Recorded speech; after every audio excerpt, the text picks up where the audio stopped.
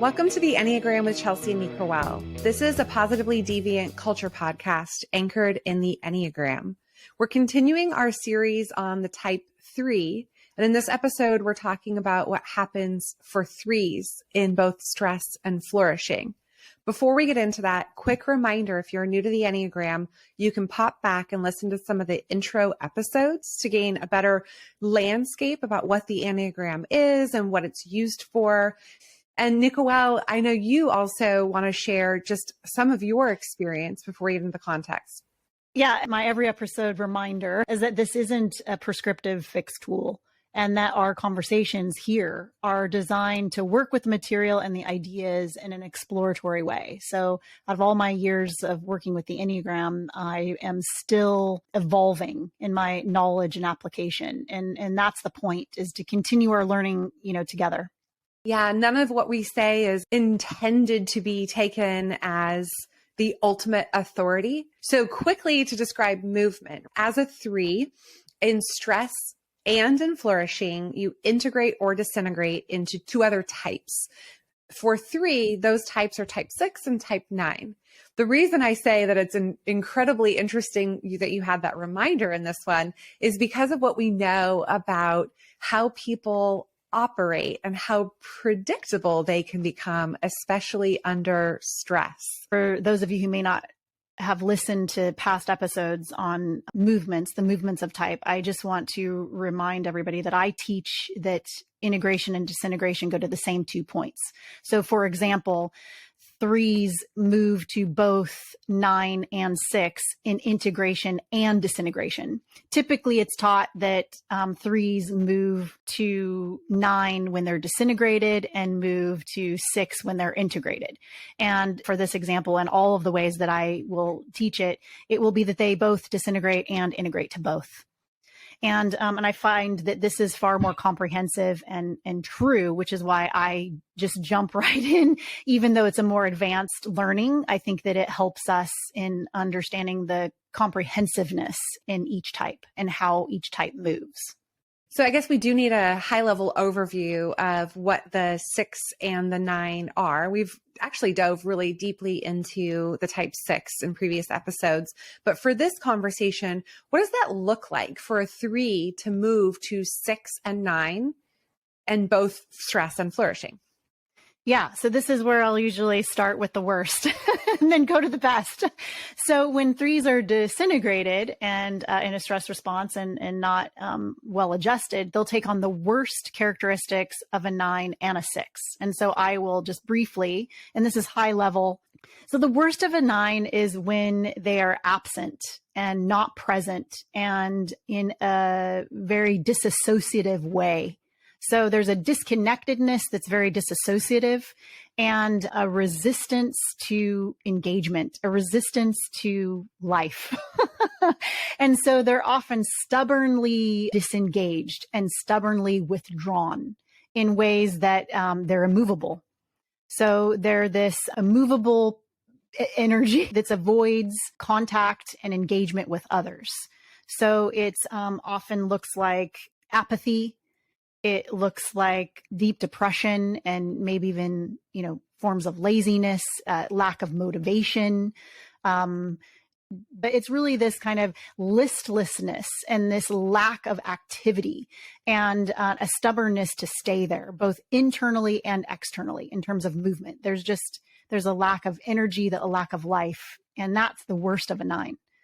The worst of a 6 is being engaged in deep, spinning anxiety and fear, to where the negativity surfaces in such an intensity for what could go wrong, and often will see things that aren't real in terms of everything is wrong when it's not. The worst of a 6 is the place of fear, the place of anxiety, the place of analysis paralysis, the place of incredible judgment, and a need for rules and expectations and boundaries and the structures that they determine are necessary to keep them safe.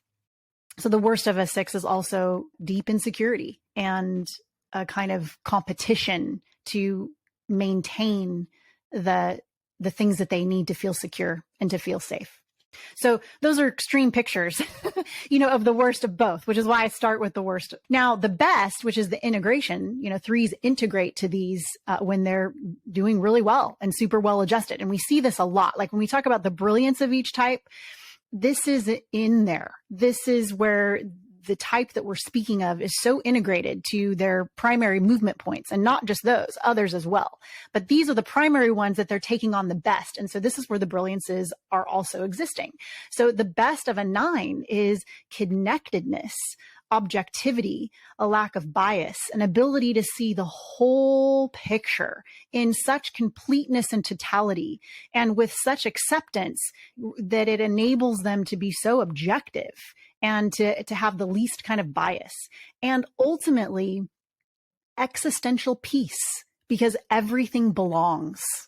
And so 9s teach us this, right? That everything belongs, and that the expansiveness of our existence is good and connected and whole. And it's not to be something that's to be feared or to create a lot of anxiety, because everything belongs.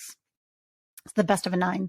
The best of a 6 is courage, the ability to predict what could go wrong, the ability to predict the future, prescience, commitment and loyalty, and excellent partnership and humility, that no one's better than anyone else. We're here together to help each other out and to keep each other safe, and we're all in it together, right? So these are the best of both types. And if you're a 3 and you're an integrated 3, you will really live into these spaces more often than the converse, which is, the negative, the downsides, of a 9 and a 6.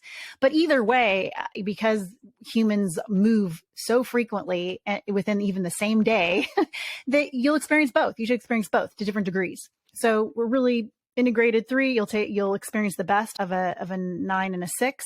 And when you're super stressed out and struggling, you'll take on the worst of a 9 and 3. And so those are different ways to understand the 3-ness in a more complete way. And that's exactly why we're talking about these movement points, is because it's too narrow to look at just the core brilliance of the type to kind of be able to try it on or understand how you experience the world through only that lens, because so many other contexts and circumstances are present. And so if you're listening, you're like, oh, now I get where that whole set of behaviors, whether positive or negative, are coming from. We're kind of bringing the movements to surface to kind of fill out the full picture of the complexity of the operating type in the Enneagram, and also demystify why so many behaviors can be present. I mean, we're all like these just bundles of tons of different behaviors and goals and motivations. And the difference is that 3s have the same motivation regardless of which integration point they're in. And so even if they're acting in these other types, they're still doing it for 3 reasons. And that's a great point specifically to note for 3s, Chelsea, is that 3s can act better than the rest of us. A gift that they have, which I didn't name in this same way earlier in the brilliance conversation, but one of their best qualities is an ability to perform and to act, right? Which is another way of saying become, becoming.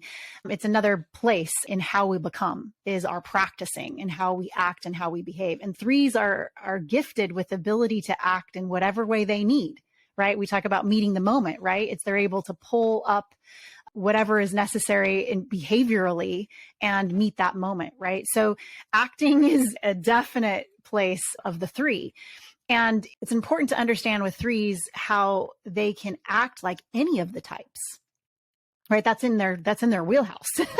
So if they want to, show up like a 7, or if they want to show up, like a 4 or whatever it is, they're more able to know how to behave and match that energy. That's a part of their gift. Not that the rest of us can't do that, right? Like, any type can be an amazing actor. for example, but threes are the most gifted with acting, right? So it's important to understand the complexity and the wholeness of these points of movement. And we don't just only move to our integration and disintegration points, but they're pretty strong. And they're a great place to start in terms of what we need to become the best of ourselves, and also what we use in a survival stress instinct to solve our core needs and our core fears. Does that make sense? It does. And Okay. we've talked about core types and kind of those drives and motivators as survival strategies. So when we're under stress, we're going to naturally look to the most likely way to survive in that situation, beginning with our own type. And we're going to talk about the paradoxes next. You've already started to hint kind of, I think, and start to map out what's the other side of this, the flip side of the coin. But also, because these are strong integration and disintegration points, the survival strategies of these types start to come out, like whether it's withdrawing in the 9 or if it's having anxiety as a 6. I think we get a better lens to start to unpack and understand what's really happening when we understand how these other movement points start to paint a fuller picture. Yes, it's why I think it's pretty important, and even in the introductory process, is to understand in more completeness. And when we look at it more closely in other conversations, we'll be able to see how these movements are necessary, and how they actually, in the brilliance and in the well-adjusted states, they're essential to doing the core job of each type better and more powerfully. And in this case, we can just say really quick, like, threes, in terms of leadership, what is required for the best leadership? Well, the high side of the 6 and 9 actually provide that, right?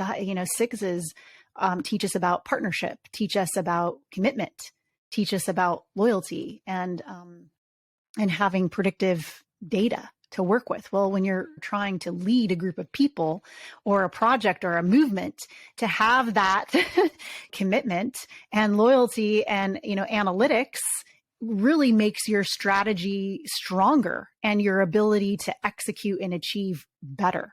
And then, same with the 9, being able to be objective and the least biased, to be able to understand everyone's perspective and evaluate how we can potentially achieve the biggest win, that more people win than lose. Like, these are all really necessary attributes to be a great leader and have really excellent achievements. Yeah, I think they give us both awareness if we are disintegrated and under stress about, oh gosh, I'm noticing these behaviors. Clearly it's because I'm stressed out. Like, it creates an understanding, but also they become a map for growth to round out and give us this full picture of the potential for our type to be even more brilliant, essentially. Yes. Alternatively, looking at the disintegration points, right? And noticing that when threes are stressed out, that they're going to have tendencies towards, negative 9 stuff of avoidance, disassociation, compartmentalization is usually what it looks like for threes, and having the anxiety and fears of failure and all of the things that 6s have, having the negativity and wanting to control, all of the things. So yes, this goes in both directions, which is why I bring it up, right? Is that it's really helpful to be able to see more clearly our stress responses, just as you said, Chelsea, to understand what's happening and to be able to self-correct. And threes, have amazing skills, to be able to shift behavior. That is the first point often to becoming and changing who we are entirely, right? So understanding these movements, I think, are incredibly useful. I agree. I mean, in my own personal experience, they've really helped round out the picture of my type and show me the opportunity that I have to grow in and take on really strong attributes to kind of balance out the strengths and weaknesses that I have personally. So far, we've covered kind of the innate qualities of the three with the core brilliance. And then we've also looked at movement of the three and how it starts to take on other types and behaviors in stress and flourishing.